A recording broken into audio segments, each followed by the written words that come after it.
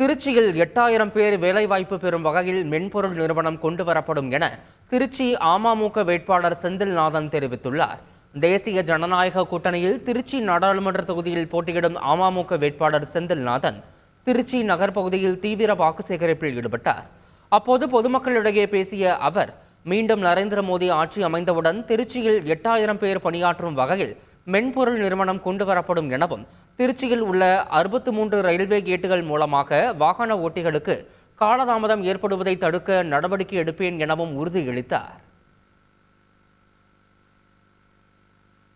திருச்சியில் அமையப்போகும் மத்திய அரசாங்கத்தின் மூலமாக கண்டிப்பாக குறைந்தது 5000 முதல் 8000 பேருக்கான வேலைவாய்ப்புகள் உள்ள மென்பொருள் நிறுவனங்களை கொண்டு வர முடியும்.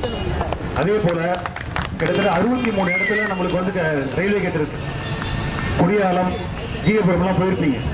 24 ட்ரெயின் வருது ஒரு நாளைக்கு. ஒரு ட்ரெயினுக்காக 15 நிமிஷம் 3 நாளும் 6 மணி நேரம் அங்கே நிற்க வேண்டியது இருக்கு. ட்ரெயின் வழி விட்டுருக்கு. இதை கேட்டுருக்கலாம், இத்தனை வருஷத்துல வாங்கியிருக்கலாம். இதுக்கு ஏற்கனவே சொன்ன மாதிரி உள்ளூர்லேருந்து ஒரு நாடாளுமன்ற உறுப்பினர் தேர்ந்தெடுக்கப்படவில்லை. இத்தகைய சூழ்நிலை மாறி வருகிறது.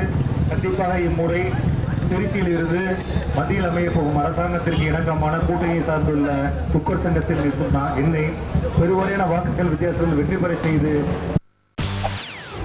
செய்திகளை உடனுக்குடன் தெரிந்து கொள்ள உடனே சப்ஸ்கிரைப் பண்ணுங்க.